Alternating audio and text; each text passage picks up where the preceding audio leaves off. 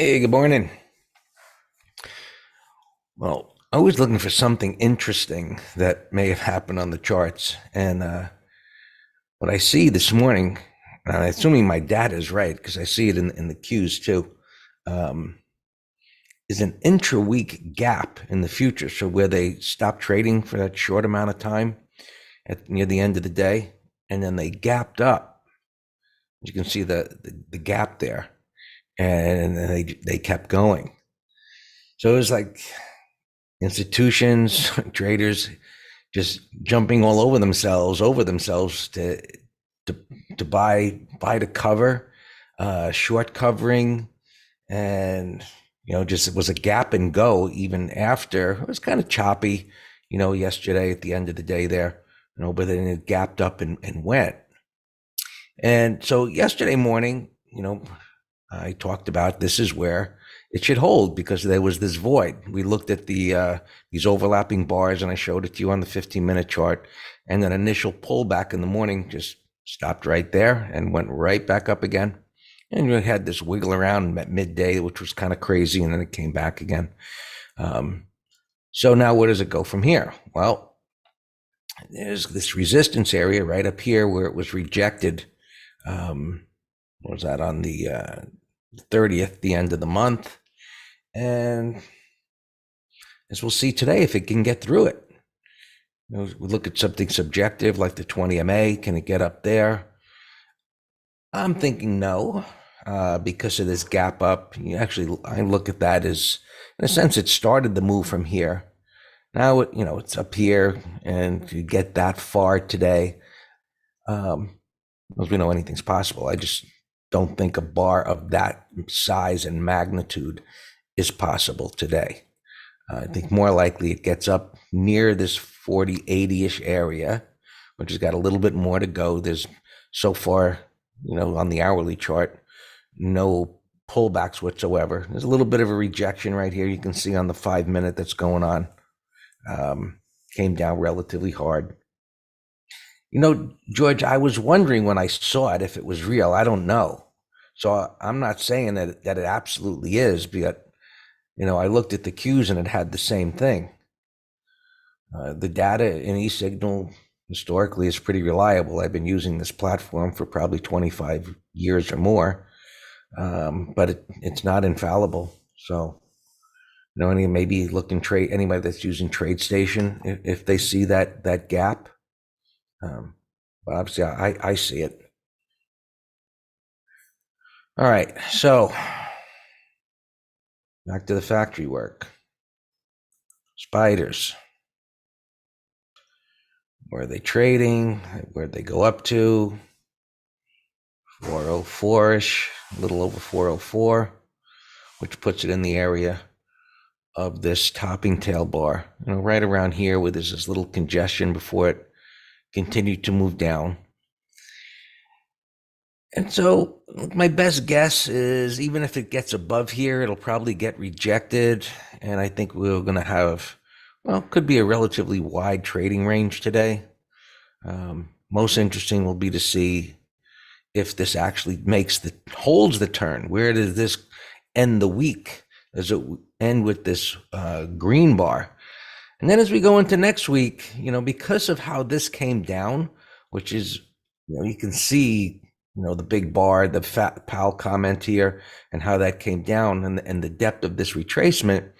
What we'll be looking for going into next week, I remember September, October, bearish, and all of that, will be the possibility, two possibilities, right? There's always two possibilities. How much this actually follows through. Let's assume it closes green like that. Does it trigger a buy on the weekly time frame?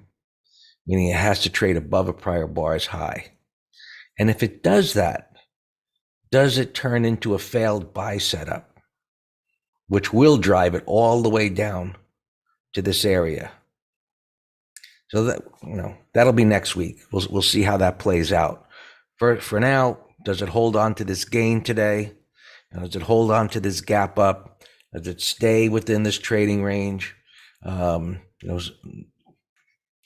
that it's gapping up into here and it could get up into here, trading between these levels today And, on the ideal scenario would be, any pullbacks. I know this isn't a wide range bar, but considering the gap up and looking at these two bars, the same way that we look at a wide range bar and saying, hey, you know what, we want to see that stay in the upper half. We'd want to see this from the bullish point of view, give or take, stay, above, 397 or 8, somewhere in here, where these overlapping bars are. That's where the support's going to be. We'll see if it can hold that area. And most bullishly, it would hold 400, since that was the resistance area. And so, it comes back in, can it hold 400? And if it dips down, can it regain it again? But ultimately staying, above here on a closing basis.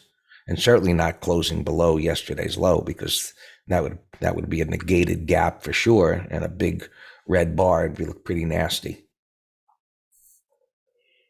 Okay, 39.95. All right, so let me just get my bearings here again when I'm talking. Okay, at the top of the bar there, 39.55. I see what you're saying. Yeah, I mean, I looked. Let me see where things are at here. I wrote down 39.40, Jacob, because there was to be a significant amount of premium there, which there isn't now. Okay. So yeah, 39.55. Let me flip this over to SPX.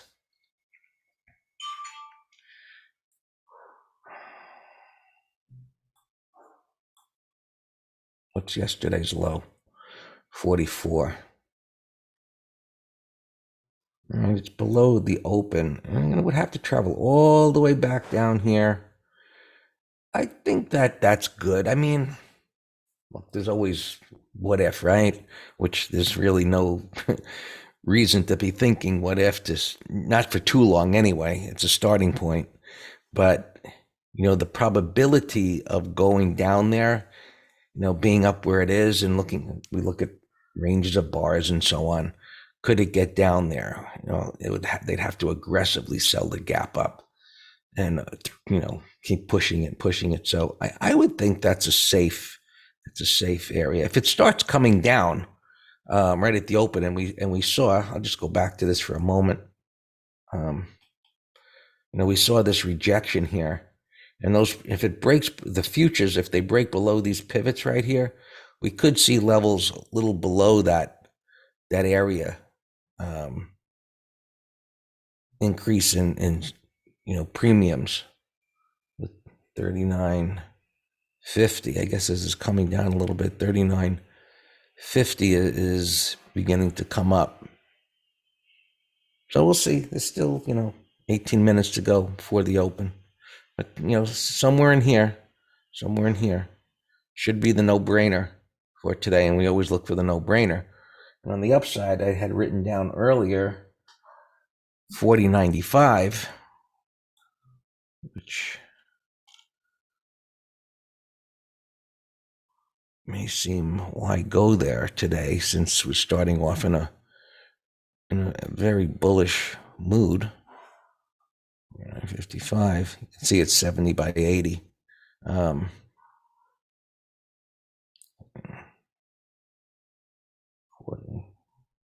55.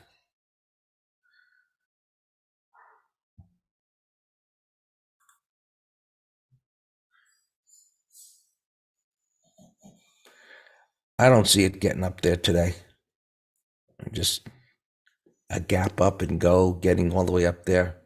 So I think it could be, the idea of this trading range, I think it could be an iron condor SPX day.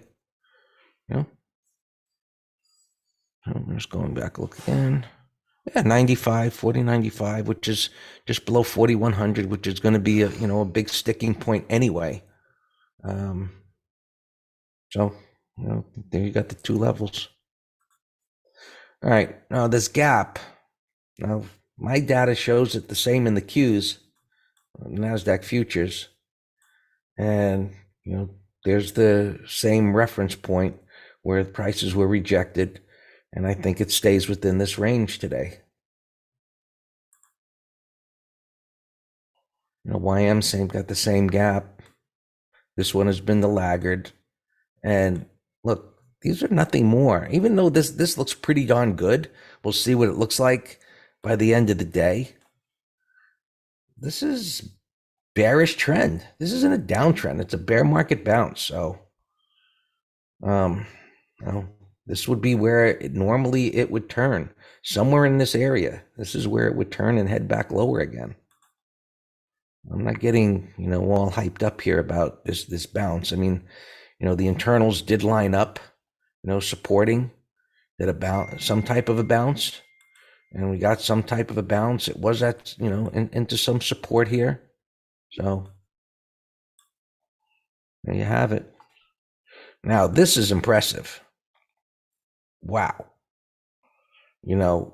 What lit a fire under Bitcoin? There's probably some news out there that I'm not aware of, but that's a range expansion bar. And this thing came back from the edge of the cliff. We talked about if it broke down and closed down here, and if it went down below these levels here, that it could go down here. And now we're getting more of a W type of a pattern. And there's been this disconnect between the markets and Bitcoin, somewhat of a disconnect. It hasn't gone up when it has. And so now we've got this kind of breakdown bar failure that occurred here, and you see it. Look at crude oil.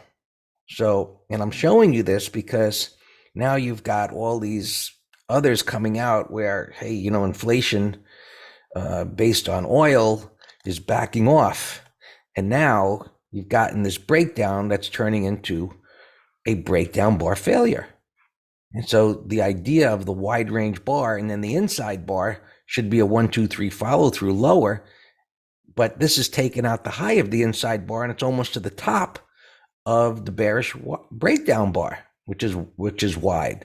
Now, if oil keeps moving up, and if this 3-year, which it hasn't, doesn't back off, it gets back. If this gets above 3%, I think you're going to have, everybody thinks the Fed's going to do 3/4 anyway, but I think this keeps going up. That's going to be confirmation that they're absolutely going to do that. So we'll keep an eye on that. And, a little bit of a positive is the fact that the dollar is backing off. It had that gap reversal. It's down here, so it's pulling, back, still in an uptrend, but, it's pulling back. So there's some bit of a reprieve there with the dollar pulling back. And so that's one positive. Bitcoin's going up. That's a positive. Crude oil flip is still trending down on the daily, but that breakdown bar failure could ignite some buying. So, we've had these kind of, I guess, things out of alignment, so to speak, for a while. Certain things in alignment, but here's this. I'm not getting too excited about what's happened here the last few days, but this Bitcoin move is certainly a positive, and the dollar coming down a bit is a positive, at least in the short term, which is supposedly going to help the euro, which doesn't look too great, but okay, it came off of here, and the yen, which has been destroyed, at least some kind of a bounce going on there with the dollar coming down a little bit, and you got the pound. It's extended. It would just make sense for some kind of a bounce, but just look at that trend. A little extended there, but still in a bear market. All right. Gold doesn't look so great. I mean, just looks like a bear flag. So with the dollar coming in, this just doesn't get exciting, even though it's near support. It's just grinding there. Just looking at the VIX, we look at that once in a while. Markets look like they were going to drop a bit more, and VIX didn't push up, and it's been trending down. So, as this is trending down, especially intraday, it's a pretty good guide as to, doesn't make a lot of sense to be shorting the market while the VIX is trending down, as this was. And take a look at the transports. This could be a place where maybe some catch up, right? Because this isn't going up. And, bottoming tail bar, another bottoming tail bar yesterday. So it's a positive and a negative. It's a negative that the transports did not participate. We'll see how much they participate today. But they didn't participate here for a couple of days. So the transports not doing that and they're at support, that's a negative for the markets. And, you just see the way this has come down.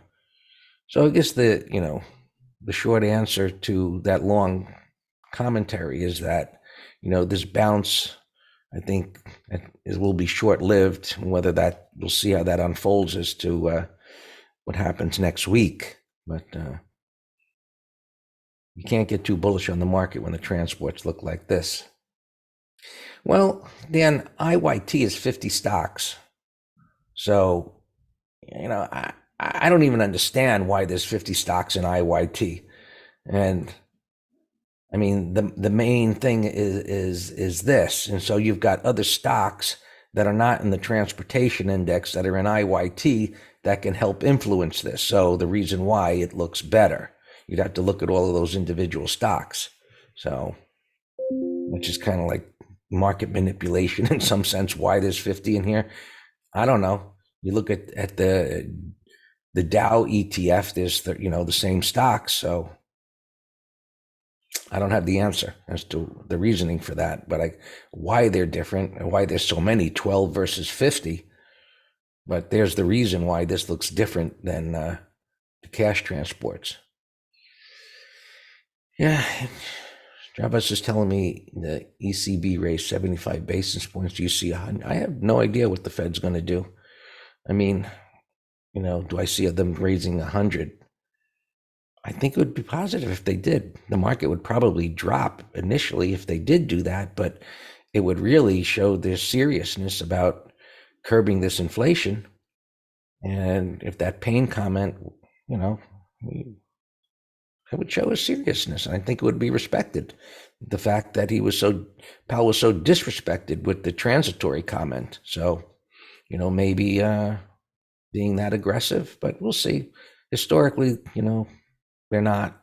They take it slow and steady. And, to you, Dan.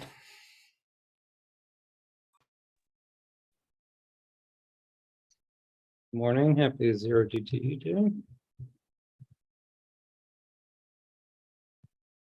So in the nightly video, I said, and the market doesn't care what I want. I said I would love to get an inside day today, and then Monday I would be full out blown bullish for a move up here into the void, maybe the 20 MA, because this is a beautiful turn. We diagnosed it day by day in the green trading room, starting on Tuesday when it traded under these lows and didn't go very far. So we did a good job not trading this instrument, but using that as our barometer, saying, hey, I think we're at a turn here. Let's pick up the throttle on some bullish trades. And I have a question. Did Powell talk after the market yesterday? Because the media today is saying, oh, the markets are up today because of Powell's talk. And I'm like, that is the most retarded statement if you're talking about his talk at 10 a.m. because that was so priced in already. Today's gap has nothing to do with a 10 a.m. talk. But regardless, it's very bullish, and I'm looking to sell a ton more put spreads on a controlled pullback here. If we fill this gap in the first 30 minutes, then all bets are off, because that should not happen.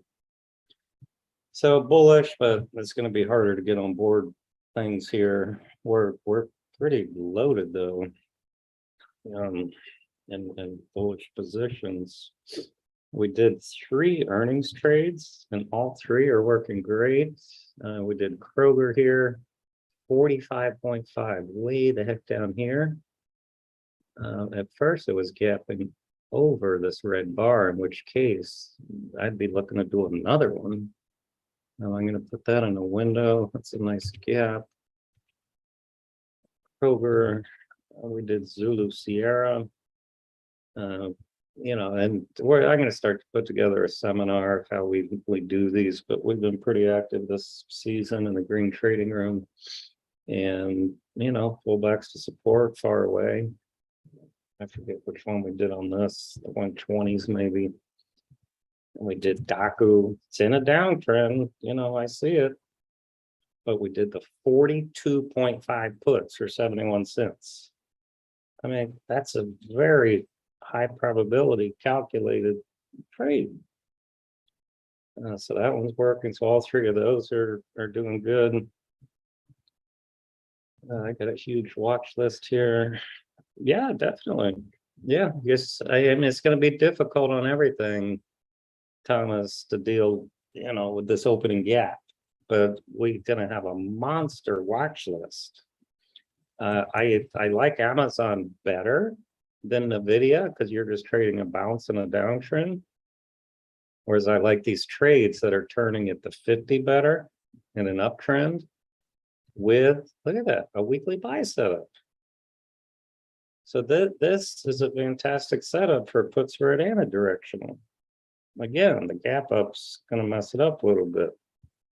But that's a tier 1 watch. The ARC lady, I see one little print up here, but down a lot on major support. This is the place to sell a put spread.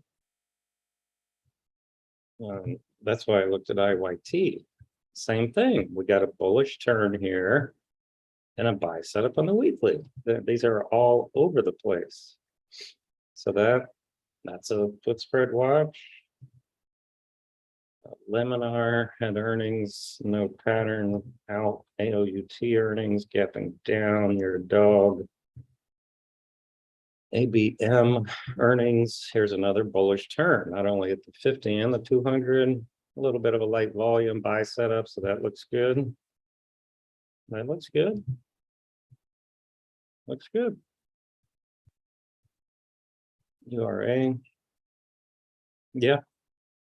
Yeah, uranium's had a really good week. URA, look at CCJ. This one was on my watch list, daily, weekly, monthly. I got a couple on my watch list that I was hoping they'd bobble around for a week. All right, we're coming in a little bit here into the open, which I prefer. I mean, a gap and go was not what I want to see today, except for liquidating some longs. All right, RCL. I took these cruise ships, Jets, off my radar. And Jets is still garbage, but it's a 1, 2, 3 and a downtrend. But RCL looks a little better.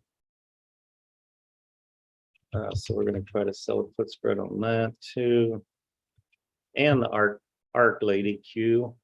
But let's look at the other ARC ladies too. Dunking, we're already in a put spread, but this is the recipe of what I'm looking for. Buy setup weekly, bullish turn on the daily. So this is perfect. It could even be a core trade. Remember into the close yesterday, I said this one's much sloppier, but I said I wonder if coin is a core long right here. Target 125, which would be a double.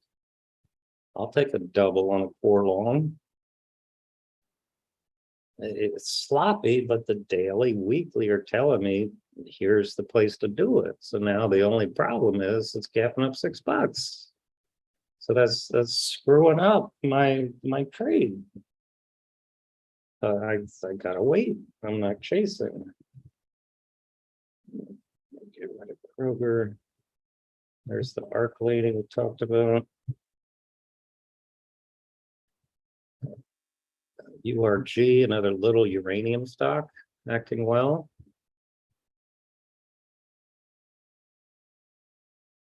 SMG, this is a Climo we entered yesterday. Perfect entry.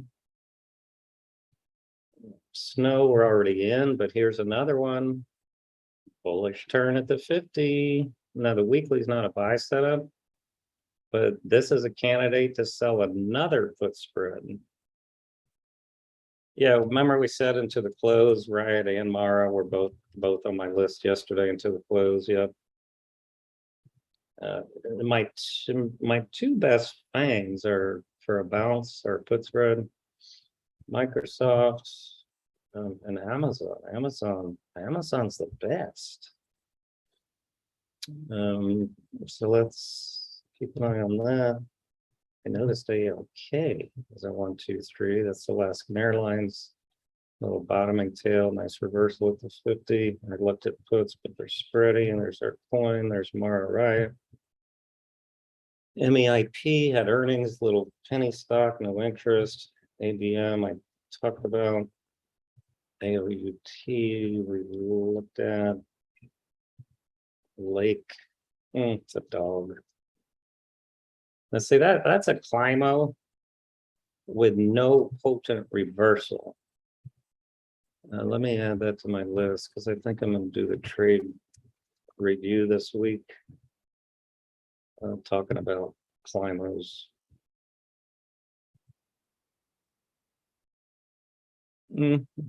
This is still a dog. It's gapping up a little bit. Sell setup monthly. So when we do the weekend letter, I mean, we'll be purposely looking for weak stocks also that will trigger only if they're continued weak. And this would be like a candidate. Let's say it closes green and then Monday takes out yesterday's low, and that's probably going lower. Zoom Z, piece of garbage. We said yesterday the weekly and monthly were teetering. We said the same thing on Suave. Look at Suave, it's in a nasty downtrend on all time frames. So I don't know what's up with Suave. That's the gun, Smith. AVO, garbage, CXM. And that would be a put spread that holds the gap, but it trades pretty rough.